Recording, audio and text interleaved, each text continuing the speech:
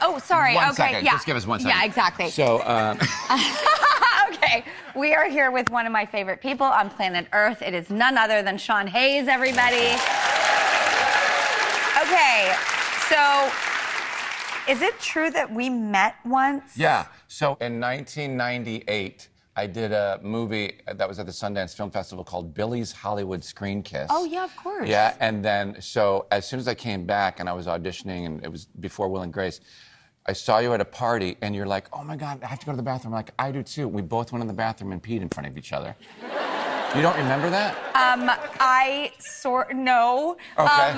But I remember that setting and that time. I loved that movie. Well, you were and 22 years old, and I was 26 years old. Is it true that you are a classically trained pianist? This is correct. I started when I was 5 years old. I was 5 years old. I came home from preschool or something. My mom's like, the woman across the street's giving piano lessons. Do you want to take piano lessons? I literally said, quote, I'm not doing anything else. So I go across the street, and it was my major in college. I was a piano performance major and conductor, and I thought that's what I was going to do with my life. And then I got a gig at a musical theater, at a theater in the suburbs of Chicago.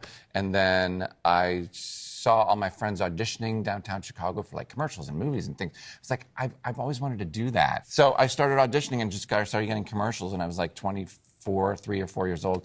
And I was like, if I'm going to do it now, I can always have that to fall back on when I come to Chicago. So I'd never been to Los Angeles. I just drove out with a friend, got an apartment with somebody I knew in Chicago, and there it is. And then got that movie I mentioned, and then got Will and Grace. When you came out on Will and Grace, Yeah. not that way, Yeah. as in like Yeah. the show. Yeah.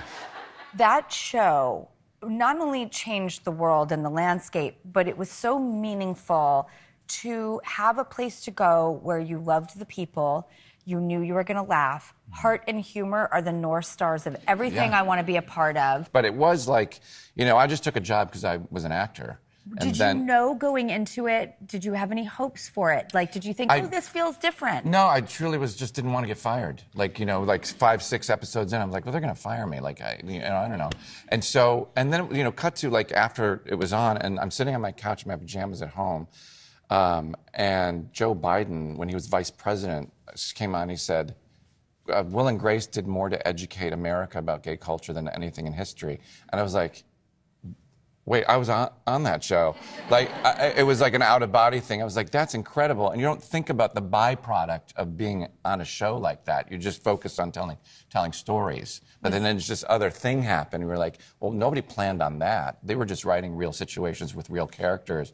And then here we are.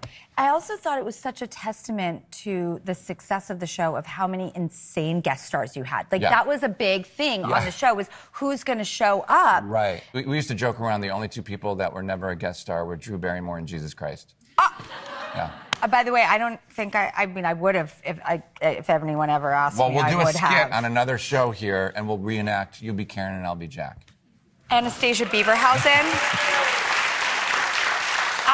And then we'll get Megan. Then we'll get Megan to come on. She can play Karen, and Ross can play Jack. Oh my God! What is Megan Mullally like? Because she's the best. She's hilarious. You two were so important to my life. Oh, like you were my friends, and I liked living life through your lens. Yeah. And then, okay, you start Smartless. You start this endeavor with Jason Bateman and Will Arnett. Yeah. What in the hell? How did you guys literally, in a sea of millions, thousands, the enterprise that has become an entity unlike any other in rise of success and prolificness, and you guys come onto the scene and you create what is the most juggernaut successful podcast out there. How? We are as shocked as you are.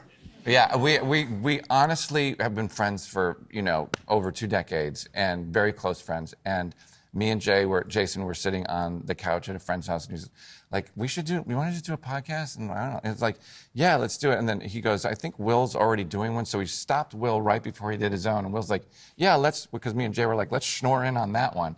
And then, so we all kind of 3 came up with this idea that, for those of you who don't know, the 3 of us are the hosts of the show, and one of us brings on a guest that the other 2 don't know about it. So it's a surprise to the other 2. So the reveal is a true reveal. Everybody's like, you really don't know who's going to be on the show? Yeah, nobody we don't tell anybody. We just can't believe it's still How going on. did you come up with the title? So Jason came up with the title because we were like, we're three dumb people was the title, and then we're like, we're idiots and we don't know anything or whatever.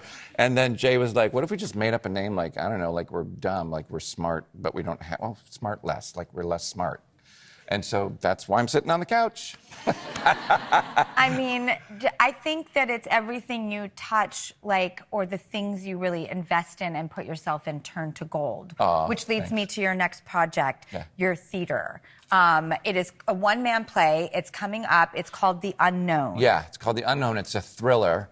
I play a writer who gets stalked by an actor that was rejected by me.